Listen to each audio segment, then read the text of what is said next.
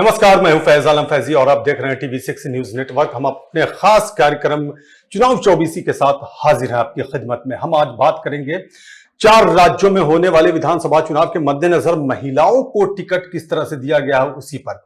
मिजोरम को भी शामिल किया जा सकता है, हालांकि वहां चुनाव हो चुके हैं, लेकिन 4 राज्य वो हैं। तेलंगाना में चुनाव होने बाकी हैं, 30 नवंबर को चुनाव होंगे।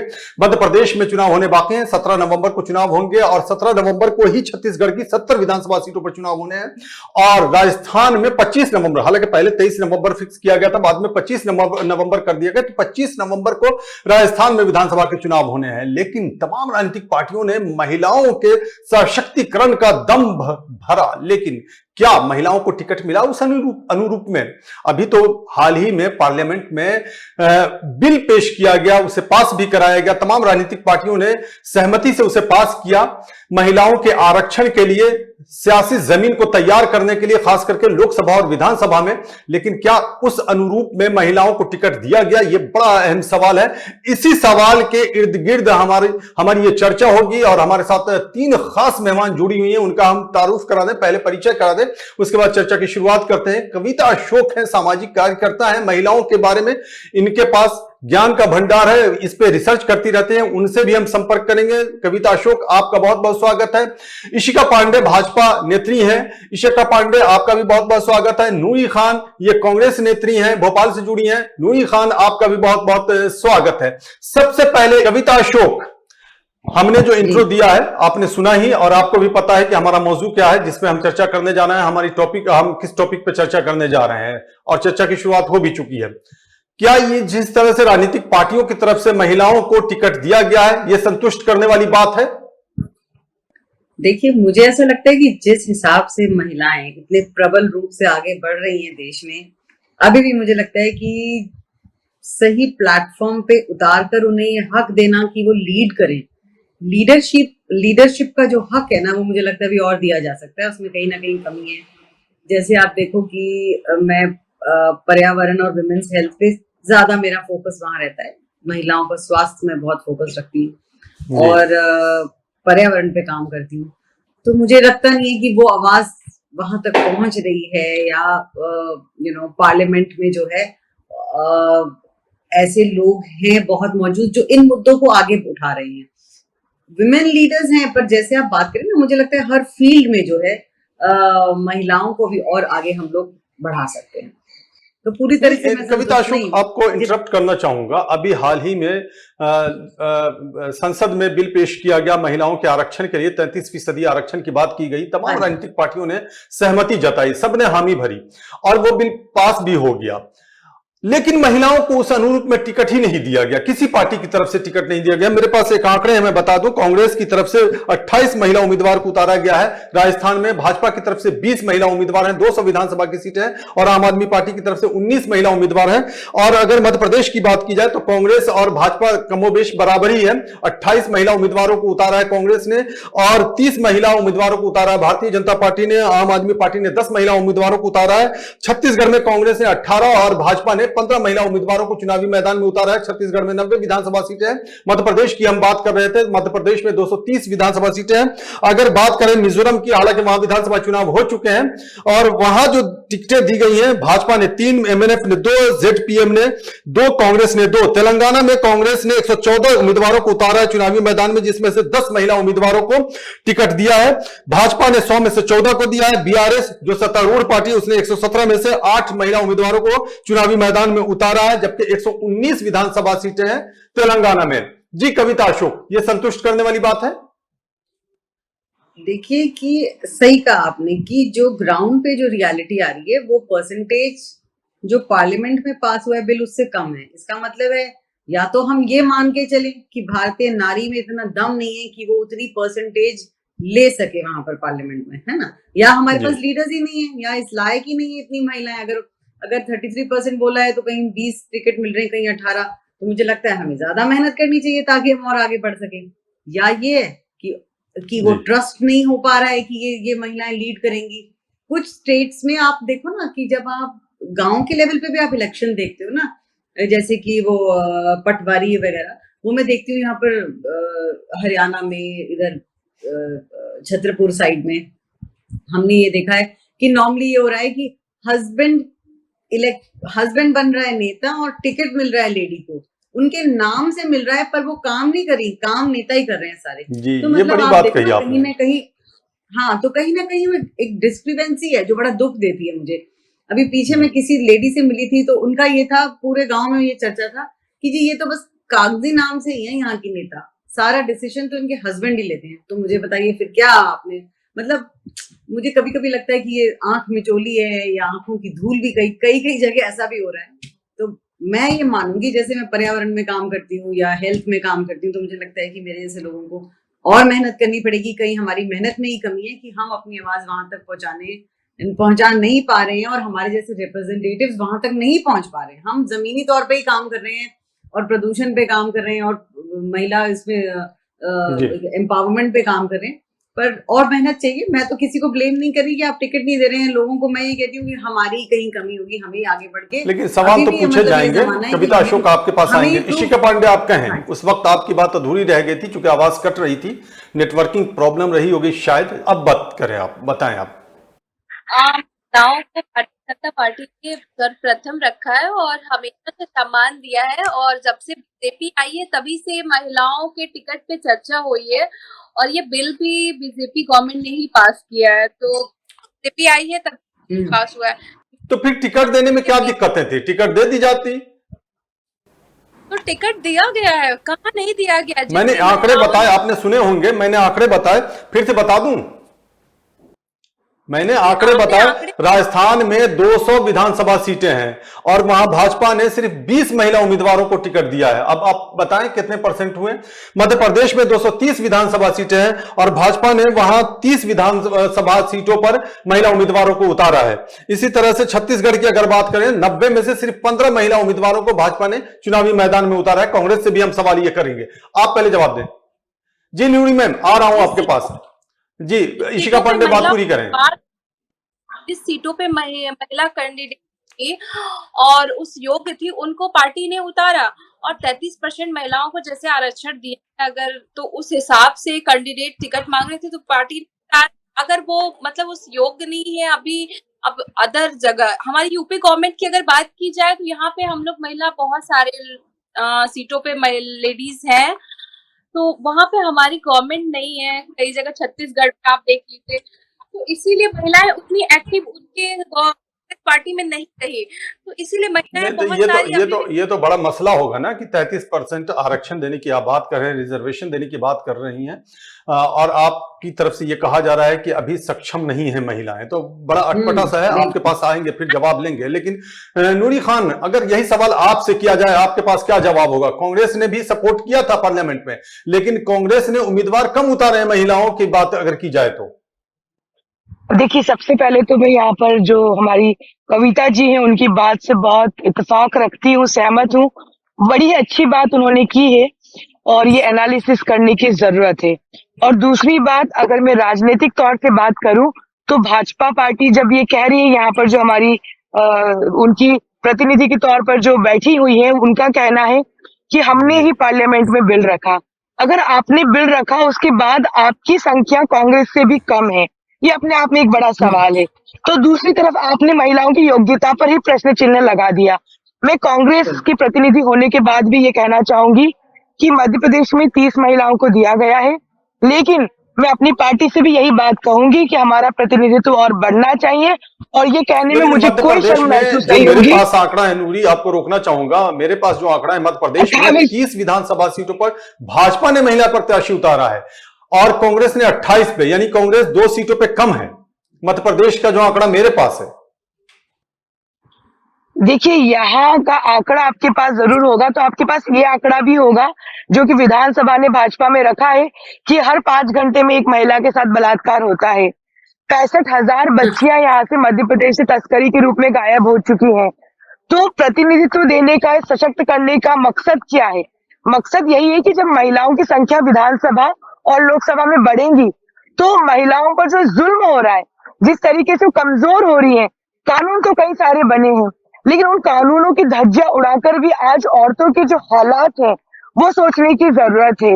ऐसे में हमारी साथी महिला जो है भाजपा की, वो महिलाओं की योग्यता पर प्रश्न चिन्ह लगा रही है। जबकि मैं ये कहना चाहती हूँ अपनी ही पार्टी से कि हमें आपने जो प्रतिनिधित्व दिया है, वास्तव में पहली बार इतनी ज्यादा महिलाएं लड़ रही हैं, लेकिन जिस रेशो की हम बात कर रहे हैं, तो रेशो के आधार पर भी हमें खड़ा करना पड़ेगा। जी जी, ईशा पांडे, आपने देखा, इनकी बात आपने सुन ली। नूरी खान हैं, कांग्रेस नेत्री हैं, इनका साफ कहना है कि वो पार्टी से मांग करती हैं कि और भी प्रतिनिधित्व दिया जाए महिलाओं को। आप क्या कहेंगी? देखिए, मैं कहूंगी पार्टी ने चुनाव के समीकरण को देखते हुए ही महिलाओं को टिकट दिया। और दूसरी चीज ये कहना चाहूंगी कि नूरी खान जी ने जिस तरीके से बीजेपी पे आरोप लगाया कि इतने रेप हो रहे, ये तो हमारे यूपी में आ जाइए, आप देख लीजिए। मैं उत्तर प्रदेश नहीं, से चलिए, belong उत्तर करती हूँ। प्रदेश में चूंकि चुनाव नहीं हो रहे हैं, हम चुनावी राज्यों की बात कर रहे हैं, तो थोड़ा उधर ही रहें तो ज्यादा बेहतर है। ठीक है, उत्तर प्रदेश पे जब डिस्कशन होगा बात कर लेंगे हम। चूंकि मध्य प्रदेश में चुनाव हो रहे हैं, राजस्थान में चुनाव हो रहे हैं, तेलंगाना में हो रहे हैं, छत्तीसगढ़ में अभी बाकी है 70 सीटों पर, मिजोरम में चुनाव हो चुके हैं, लेकिन मिजोरम का भी आंकड़ा हमने बता दिया था। जी बोलिए। इलेक्शन का टाइम है, तो अभी विपक्षी पार्टियां जो है वो हमारे ऊपर आरोप पे आरोप लगाएंगे। तो ये आरोप लगाने से आरोप सिद्ध नहीं हो जाता है। ये तो सभी को पता है कि हमारी बीजेपी गवर्नमेंट बहुत अच्छा काम कर रही है और महिलाओं को ही उन्होंने ही आगे बढ़ाने का काम दिया है। जैसे बेटी बचाओ बेटी पढ़ाओ का अभियान है, वो भी पार्टी द्वारा ही हमारे चलाया गया। और जब से बीजेपी गवर्नमेंट आई है, तब से महिलाओं को सर्वप्रथम रखा गया। और जब भी बिल लेकिन पास हुआ, टिकटें इससे कम दी पहले गई, टिकट कम दिया गया है, ये तो आप इससे इनकार नहीं कर सकती ना। वो देखिए, चुनाव के समीकरण को देखते हुए ही टिकट दिया गया। सपोज दैट अगर मैं पार्टी में नहीं हूँ, मैं एक्टिव नहीं हूँ, और इस सीट पे अगर एक उम्मीदवार कैंडिडेट अच्छा होगा बीजेपी का, तो मुझे क्यों टिकट दिया जाएगा? तो वो समीकरण के हिसाब से ही टिकट दिया गया है। जहाँ पे महिलाएं बोल्ड है, काम करने वाली हैं, पार्टी की सक्रिय बहनें, उनको टिकट जी, दिया गया है समीकरण के अनुसार। अच्छा, तो इस पे मैं नूरी खान कुछ जवाब देना चाह रही हैं आपको। जी नूरी खान, बोले। देखिए, ये कह रही है कि हमने राजनीतिक समीकरण के रूप में ही महिलाओं को दिया गया है, तो ये बात 33% आरक्षण के विपरीत बात है। अगर हमें महिलाओं को 33% उनकी जो गिनती है वो पूरी करनी है, तो उसमें समीकरण का तो सवाल ही नहीं आता है। यानी कि आप सीधे सीधे महिलाओं की उस योग्यता पर प्रश्न चिन्ह लगा रही है तो जो यही देश को यही यही काम तो प्रधानमंत्री के रूप में कांग्रेस ने भी महिला किया है देखती नूरी है। खान, यही काम तो कांग्रेस ने भी किया है ना। कांग्रेस ने भी कहां दिया उस तरह का प्रतिनिधित्व? आप खुद कह रहे हैं कि हम मांग करेंगे कि और भी दिया जाए। 33% कहां हो रहा है? कांग्रेस ने भी वही काम किया। मैं यहाँ पर समीकरण की बात नहीं कर रही हूँ, ये बात मैं खुद आपसे कह रही हूँ कि भागीदारी और बढ़ानी पड़ेगी। संख्या अच्छी है, लेकिन इसका मतलब ये नहीं कि पूरी हो गई। उस पूरी करने के लिए आज यहाँ पर मेरे साथ 2 महिलाएं बैठी हैं, मैं भी हूँ। या तो हम राजनीतिक एक दूसरे पर आरोप प्रत्यारोप कर लें, या वास्तव में हम अगर महिलाओं के हितैषी हैं, तो हमको उससे ऊपर जाकर बात करनी पड़ेगी, तब जाकर हम महिलाओं को उनका अधिकार दिला पाएंगे। जी, कविता शुक्ल आएंगे, आपके पास भी आएंगे शिखा पांडे। कविता शुक्ल, आपने दोनों बीजेपी की हैं और कांग्रेस की हैं, दोनों की बातें आपने सुनी, क्या रिएक्शन होगा आपको? अच्छा, इसमें एक सवाल मैं जोड़ता जा रहा हूं। कविता शुक्ल, ये जो भागीदारी की बात हो रही है कि महिलाओं को भागीदारी उस अनुरूप में नहीं मिल पा रही है जिस अनुरूप में मिलनी चाहिए, जिसके लिए 33% आरक्षण की वकालत की जा रही तमाम राजनीतिक पार्टियों से, इसके लिए जिम्मेदार राजनीतिक पार्टी हैं या खुद महिला जिम्मेदार हैं? चूंकि महिला उस तरह से मुखर होकर के नहीं बोल पाती हैं, अपनी आवाज को और बुलंद करने की आवश्यकता है, शायद उसमें कुछ कमी रह जा रही है। कमी कोई भी नहीं है। मैं बहुत जबरदस्त और धुरंधर महिलाओं को जानती हूँ, दोनों पार्टी से, बीजेपी और कांग्रेस दोनों से। मेरा एक एक्सपीरियंस खुद भी ये है, क्योंकि मैंने भी कुछ सालों पहले कोशिश की थी कि मैं राजनीति में अगर घुस करके अपना जो काम है मैं करूंगी तो मेरे को बड़ा प्लेटफॉर्म मिलेगा और मैं अच्छा ज्यादा काम कर सकूंगी, जबकि अब मैं इंडिविजुअल लेवल पे अपना काम करती हूँ अपनी ऑर्गेनाइजेशन से। मैं आपको एक बात बता रही हूँ, एक प्रॉब्लम ये भी है कि राजनीति में महिलाएं क्यों कम आगे आ रही हैं। सबसे बड़ा कारण ये है कि महिलाएं खुद महिलाओं की जड़ों को काटती हैं राजनीति में। मुझे पता नहीं कितने लोग इससे सहमत होंगे जो टीवी पे ये सुन रहे हैं। जो महिलाएं लीडरशिप में आगे निकल जाती हैं, वो चाहती नहीं है कि दूसरी कोई महिला आगे आए, वो चाहती है कि इन सबको दबाएं। आदमियों को देने में टिकट वो राजी है, मगर किसी दूसरी नई महिला को मौका मिलना बहुत मुश्किल हो जाता है। ये मेरा पर्सनल भी एक्सपीरियंस है और मैंने अपने आसपास देखा भी है। तो महिलाओं का स्ट्रगल जो है ना फैज, वो सबसे ज्यादा है राजनीति में, क्योंकि हम आपस में भी एक दूसरे को सपोर्ट नहीं कर रहे हैं। और फिर जो मेन वाली लीडरशिप है उनको चैलेंज करके या वहां से मौका मिलना, तो तो इसलिए कठिन हो जाता है। अगर ये 33% भी महिलाओं को सीट मिले और टिकट मिले तो मुझे लगता है ये भी अपने आप में एक बहुत बड़ा स्ट्रगल करके ही कोई महिला आगे पहुंच रही होगी, और इतना आसान नहीं है। महिलाओं के लिए अभी भी इस देश में बहुत बड़ी जंग है कि जो राजनीति में आगे निकले। नूरी खान, क्या कहेंगी आप? बहुत बड़ी जंग है, मैं महिलाओं को मैं राजनीति में कविता आगे जी निकलने के लिए जंग लड़नी पड़ रही है। मैं 25 सालों से राजनीति कर रही हूँ, छात्र स्टूडेंट से, और जी मैं भी एक सीट से दावेदार थी, लेकिन मेरी सीट से किसी एक महिला को ही टिकट मिला है। और कविता जी जो बात कह रही है, मैं बिल्कुल सहमत हूँ उनकी बात से, कि अगर औरत ही औरत की दोस्त बन जाए तो बात ही कुछ और हो। लेकिन इनका कहना बिल्कुल सही है कि जो जमी हुई महिलाएं हैं वो कभी बर्दाश्त नहीं कर पाती कि दूसरी महिला आगे आए। और मुझे नहीं लगता कि ये अतिशयोक्ति या इनकी सोच गलत है या इनका पर्सनल एक्सपीरियंस है, क्योंकि ये बहुत सही बात कह रही हैं। तो महिलाएं तभी आगे बढ़ पाएंगी जब महिलाओं के विचार भी खुले हों। कई जगह पर पुरुष हमें ज्यादा सपोर्ट कर जाते हैं बनिस्बत महिलाओं के। तो ये बिल्कुल एक स्वाभाविक प्रक्रिया है और ऐसा होता है, मैं सहमत हूँ। तो हम 33% की बात भी कर लेंगे, हम जंग भी लड़ लेंगे, लेकिन ये जंग हमारी पुरुषों के साथ नहीं है। पहले ये जंग हमारी महिलाओं के साथ ही है, शुरू होती है। और दूसरी बात, जो दूसरी महिला कह रही है जी हमारी कि महिलाएं योग्य ही नहीं है, ये मैं उनसे कहना चाहूंगी कि महिलाएं घर भी चला सकती हैं और देश भी चला सकती हैं, राष्ट्रपति के रूप में, प्रधानमंत्री के रूप में और अनेकों रूप में। लेकिन महिलाओं की योग्यता पर प्रश्न चिन्ह मत लगाइए, अपनी अपनी पार्टी में बात कीजिए। और पार्टी जी सिर्फ ये है कि हाँ महिलाओं की बात ना करें, उन महिलाओं को सपोर्ट करें, चाहे वो भाजपा हो चाहे कांग्रेस हो। मैं खुल के बात कहूंगी कि महिलाओं की अगर बात हो तो महिला की होना चाहिए, न कि किसी पार्टी की होनी किसी चाहिए। पार्टी की नहीं होनी चाहिए बात, और महिलाओं की बात होनी चाहिए। इशिका पांडे, क्या कहेंगी आप? एक्चुअली मैंने महिलाओं पे कोई प्रश्न नहीं लगाया है, ये बात आप भी जानते हैं और कविता जी भी जानती हैं, नूरी खान जी भी जानती हैं कि आपकी इतनी कम टिकट क्यों दिया है। तो पार्टी अगर मान लीजिए कि ये सीट है हमारी, सपोज दैट हमारी सीट है, अगर वहां पे महिला कैंडिडेट उम्मीदवार है नहीं तो वहां पे पार्टी क्या करेगी, आप बता दीजिए। मैं नूरी खान जी से पूछना चाहूंगी। नूरी खान जवाब दें, आपसे सवाल है। आ, जी कविता जी, मेरी ये सोच है व्यक्तिगत नहीं, कि कविता जब जी का महिला नहीं, खुद इशिका पांडे सक्षम, का सवाल है ये। हाँ, इशिका जी को मैं कोड नहीं कर रही हूँ, मैं कविता जी से बात कर रही हूँ क्योंकि वो बड़ी चिंतन मनन कर चुकी है लेकिन महिलाओं की लेकिन जो स्थिति पर। इशिका जी तो ने मैं सवाल किया उसका जवाब तो दे देना, आपसे सवाल किया है। इशिका जी मैं आपके सवाल का जवाब दे रही हूँ कि जो महिलाएं सक्षम होती है अपने आप में, उन महिलाओं को तो आरक्षण की भी जरूरत नहीं है। अब आप कह रही हैं कि वो स्थिति ऐसी है कि वहां पर पुरुष ही जीत सकता है, तो मुझे ऐसा लगता है कि जब जब 33% आरक्षण आएगा तो किसी पुरुष की ही महिला को आगे कर दिया जाएगा और सक्षम महिला कहीं ना कहीं पीछे रह जाएगी, और किसी नेता की भी आपको चुनाव लड़ती हुई नजर आएगी। और ऐसा मैंने पंचायत स्तर पर भी देखा है। तो जो महिलाएं सक्षम है उन्हें किसी आरक्षण की भी जरूरत नहीं है, मैं साफ कह देना चाहती हूँ। हाँ, जी, आरक्षण आरक्षण की भी देकर जरूरत नहीं, जिस लेकिन आपने सपोर्ट किया। जी इशिका पांडे, क्या कहेंगी आप? नूरी खान ने आपको जवाब दे दिया। नहीं, इस बात से मैं सहमत हूँ कि जो महिलाएं सक्षम है उन्हें सपोर्ट की जरूरत नहीं है, आई एग्री। लेकिन जहाँ पे मेरा क्वेश्चन ये था कि अगर मान लीजिए कोई सीट है वहां पे महिला उम्मीदवार है ही नहीं तो वहां पे क्या किया जाएगा। तो फिर 33% आरक्षण कैसे इंप्लीमेंट करेंगी आप जमीन पर? ये तो बड़ा सवाल हो गया ना। फिर जब आपने ये बात कही है तो अगर वो 33% में कोई ऐसी सीट आ जाए जहां आपके अनुसार, जैसे आप परिभाषित कर रही हैं, कोई महिला उम्मीदवार नहीं हो, तो फिर वहां क्या करेंगी आप? होता क्या इशिका, है इशिका आप पहले जवाब दें, फिर नूरी मैम से। जी जल्दी से।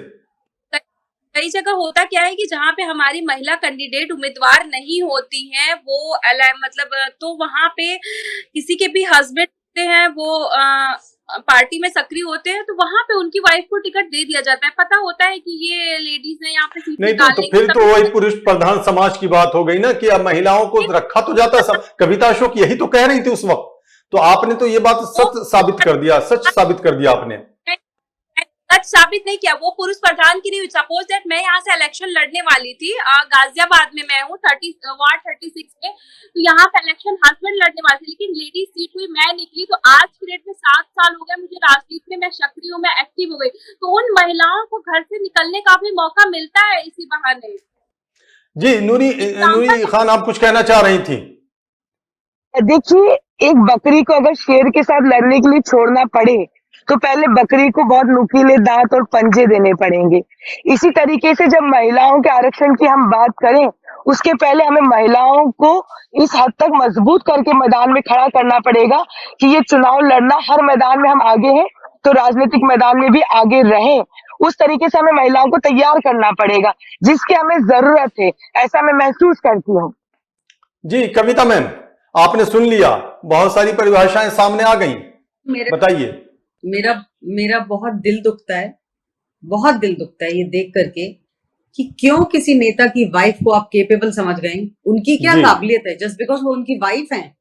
हमारे जैसे लोग जमीन पे काम कर रहे हैं या जो इंडिविजुअल लोग खुद खड़े हुए हैं, मैं तो उन नेताओं, विमेन लीडर्स को सलाम करती हूँ जो खुद निकल के आई हैं, चाहे वो यूनिवर्सिटी के प्रोफेसर हो, चाहे वो गांव की प्रधान हो, चाहे कुछ हो, अपनी मेहनत से आगे आई हैं, उनको टिकट दीजिए।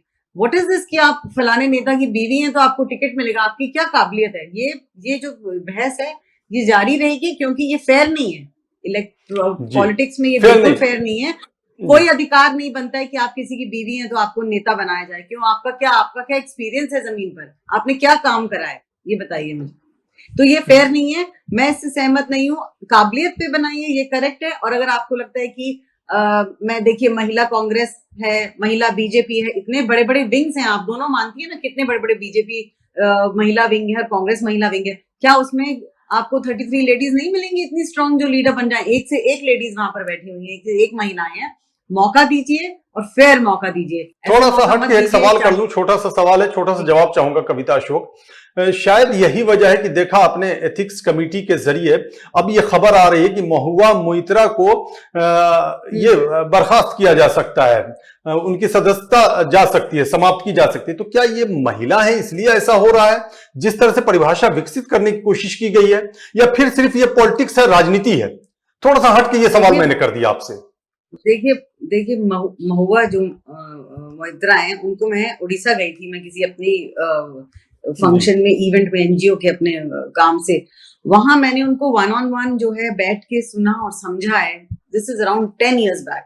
तभी भी मुझे लगा था कि इस लेडी में इतना दम है, ये आगे बढ़ेगी। ये महिला वो बहुत काबिल है। वो अलग बात है कि हमारा जो समाज है वो इतना ज्यादा, जिसे कहते हैं ना, मर्द प्रधान है कि वो किसी लेडी की आवाज नहीं सुन सकता, even if it is in parliament. एक तो ये बात होगी। दूसरी बात ये हो गई कि आप कितना भी दबाएंगे ना, या कितना भी हम प्रोत्साहन दें अपनी लेडीज को, जब तक सीनियर महिला लीडर्स, महिला विंग से, महिला कांग्रेस, महिला बीजेपी या नॉन पॉलिटिकल विंग से लेडीज को उठा करके आगे नहीं बढ़ाएंगी, ये काम नहीं होगा। कई बार मैंने देखा है मैन हमें ज्यादा सपोर्ट करते हैं। न्यूरी जी ने पीछे कहा था शायद आपने कि कभी कभी ऐसा लगता है कि जो महिला, जो जेंट्स हैं पॉलिटिक्स में, वो महिलाओं को फिर भी मौका दे देंगे, मगर महिलाएं महिलाओं को मौका नहीं देती। ये बड़ी गंदी बात है। उससे अब क्या तो होता है कुछ दिलचस्प आंकड़े भी सामने आने लगे हैं कविता अशोक की। अब महिला मतदाता की अगर बात की जाए तो उनकी संख्या अधिक होती है पोलिंग बूथ पे। वो लंबी लंबी कतारों में खड़ी होती हैं बनिस्बत पुरुष के, लेकिन फिर भी राजनीति में वो पीछे हैं, वोटिंग में वो आगे हैं। तो इसके लिए जिम्मेदार कौन है? एक लाइन में जवाब दे दें। वोटिंग में इसलिए आगे क्योंकि वोट चाहिए ना। उस समय आप जाके महिलाओं को कहते हैं ये एम्पावरमेंट है, हम आपके साथ हैं, हम आपको स्कूल भेजेंगे, हम आपको भत्ता देंगे। वो तो वोट के लिए कर रहे हैं, नेता बनाने को कोई तैयार नहीं है। वोट की सारी राजनीति है। जी इशिका पांडे, आखिरी, बिल्कुल आखिरी कमेंट चाहूंगा आपसे। ये तमाम मुद्दे आपके सामने रखे गए, आपसे सवाल भी किए गए, आपने जवाब भी दिया, आपने जवाब के एवज में सवाल भी पूछा नूरी खान से, लेकिन मेरा सवाल वहीं घूम करके आ जा रहा है वापस जहां से हमने शुरुआत करी थी।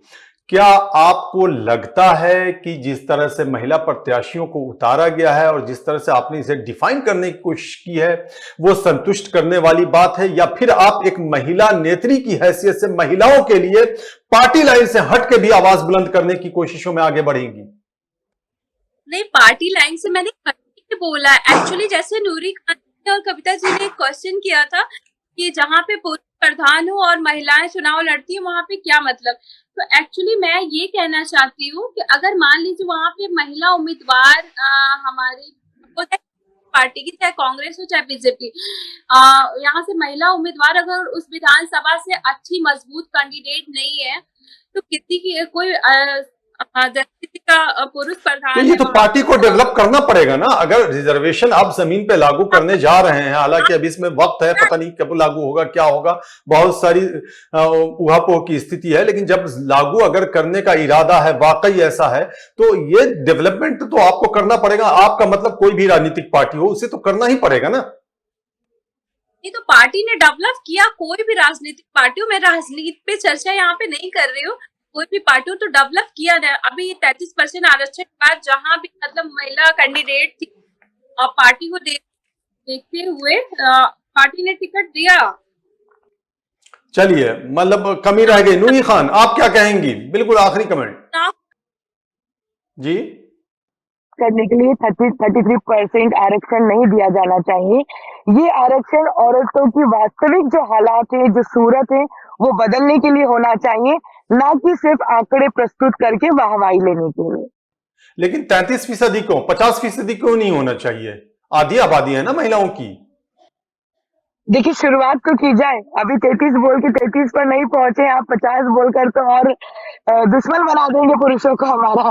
तो मतलब ये चलिए, 33 आपने तो एक पूरा महिला की करने हैसियत से दीजिए। ये बात कही है। इशिका पांडे, आप भी मेरे ख्याल से इत्तेफाक रखती होंगी, क्योंकि इन्होंने जो बात कही है, आखिरी वाली बात, ये पार्टी लाइन से हटके ही मानी जा सकती है। आपने भी पार्टी लाइन से हटके ये बात कही है। अच्छी बात ये रही कि आप लोगों ने उस आवाज को आगे बढ़ाने की कोशिश की है, जो आवाज अंदर दबी रहती है, लेकिन आपने आगे बढ़ाने की कोशिश की है। कविता अशोक ने बड़े अच्छे से डिफाइन भी किया, इसे परिभाषित किया, हमारे दर्शकों ने भी इसे समझा होगा।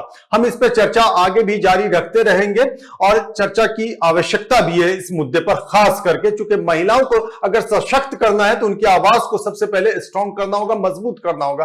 आप तमाम मेहमानों का बहुत बहुत शुक्रिया हमारे साथ डिबेट में शामिल होने के लिए। कविता अशोक आपका, इशिका पांडे आपका, नूरी खान आपका बहुत बहुत शुक्रिया। एक बार फिर से हम अदा करना चाहेंगे। तो आपने देखा कि किस तरह से जो हमारे साथ महिला गेस्ट मौजूद थी, उन्होंने इसे परिभाषित किया, इसकी तशरीह की, इसे डिफिनेशन दिया, इसे डिफाइन किया। यानी कि अभी बहुत सारी कमियां हैं जिसे पूरा करने की आवश्यकता है, लेकिन जो चीजें हैं जमीन पर वो तो दिख जाती हैं ना। बड़े बड़े दंभ भरे जा रहे थे, दावे किए जा रहे थे, महिलाओं को सशक्त किया जाना है, लेकिन हुआ क्या? जब टिकट देने की बारी आई तो तमाम राजनीतिक पार्टियों ने वही किया जिसका अंदेशा था, और अंदेशा यह था कि टिकटें कम दी जाएंगी, और टिकटें बहुत कम दी गई तमाम राजनीतिक पार्टियों की तरफ से। और भाजपा, जिसने यह दावा किया कि उसने बिल पेश किया था पार्लियामेंट में और उसकी वजह से महिलाओं को सशक्त करने की जो प्रक्रिया है उसे मजबूती प्रदान की जा रही है, लेकिन भाजपा ने तो और भी कम टिकट दिए हैं। राजस्थान में, छत्तीसगढ़ में, मध्य प्रदेश में 2 सीटें ज्यादा रही हैं भाजपा के पास, यानी फिर भी बहुत कम है। 230 में से सिर्फ 30 महिला उम्मीदवारों को भाजपा ने उतारा है, कांग्रेस ने 28 को उतारा है। मैंने पहले ही आंकड़ा बता दिया था, फिर बताने की आवश्यकता नहीं, लेकिन अगर आपने नहीं सुना हो तो मैं जाते जाते ये आंकड़ा जरूर बता दूं आपको कि राजस्थान में भाजपा ने 20 महिला उम्मीदवारों को उतारा है। विधानसभा की 200 सीटें हैं और कांग्रेस ने 28 महिला उम्मीदवारों को उतारा है। 8 कांग्रेस की तरफ से ज्यादा है। आम आदमी पार्टी ने 19 महिला उम्मीदवारों को उतारा है। अगर मध्य प्रदेश की बात की जाए तो कांग्रेस ने 28 और भाजपा ने 30 और आम आदमी पार्टी ने 10 महिला उम्मीदवारों को उतारा है। मैं इसलिए बताता जा रहा हूं जाते जाते कि आप इसे समझ सकें और इसको समझने के बाद आगे वाली प्रक्रिया जो होती है राजनीति की उसे भी आप समझ सकें। अगर छत्तीसगढ़ की बात की जाए, विधानसभा की 90 सीटें हैं और यहां कांग्रेस ने 18 और भाजपा ने सिर्फ 15 महिला उम्मीदवारों को चुनावी मैदान में उतारा है। इसी तरह से अगर तेलंगाना की बात की जाए तो तेलंगाना में 119 विधानसभा की सीटें हैं। 119 में से कांग्रेस ने 114 उम्मीदवारों को चुनावी मैदान में उतारा है, जिसमें सिर्फ 10 महिला उम्मीदवारों को चुनावी मैदान में किस्मत आजमाने के लिए अपना उम्मीदवार बनाया है। इसके अलावा भाजपा ने 100 में से 14, बीआरएस जो सत्तारूढ़ पार्टी है वो 117 सीटों पर चुनाव लड़ रही है और इसमें से सिर्फ 8 उम्मीदवार महिला हैं। मिजोरम में चुनाव हो चुके हैं, 40 विधानसभा सीटें हैं, लेकिन वहां भाजपा ने 3, एमएनएफ ने जो सत्तारूढ़ पार्टी है उसने 2 और जेडपीएम जो है जोरम पीपुल्स मूवमेंट उसने 2, कांग्रेस ने 2, एमएनएफ ने भी 2 ही उतारे हैं, वो सत्तारूढ़ पार्टी है। तो इसलिए मैंने आंकड़े लास्ट में भी बता दिए हैं कि आप चीजों को समझें कि कहा कुछ जाता है, किया कुछ जाता है। यानी कि इसीलिए एक दूसरे पर राजनीतिक पार्टी इल्जाम लगाती रहती है, राजनीतिक इल्जाम लगाते रहते हैं कि कथनी और करनी में फर्क है। इत्तेफाक यह है कि हर राजनीतिक पार्टी एक दूसरे पर यही इल्जाम लगाते हैं। जो चीजें मैंने बताई आपने देख ली। अब आपने जो चीजों को समझा है, जिन चीजों को समझने के बाद आपके मन में कुछ हो रहा हो कि मैं भी प्रतिक्रिया दूं, कमेंट दूं, तो कमेंट बॉक्स में जाएं और कमेंट जरूर करें, क्योंकि आपके कमेंट की हम इंतजार करते हैं। अगर सकारात्मक कमेंट आपका आता है, आपकी सकारात्मक प्रतिक्रिया आती है, उसको हम फॉलो भी करने की कोशिश करते हैं। आप हमारे वीडियोस को लाइक करें, शेयर करें, बटन दबाना ना भूलें और हमारे TV6 न्यूज नेटवर्क को सब्सक्राइब भी जरूर करें और साथ में हमें इजाजत भी दें। नमस्कार।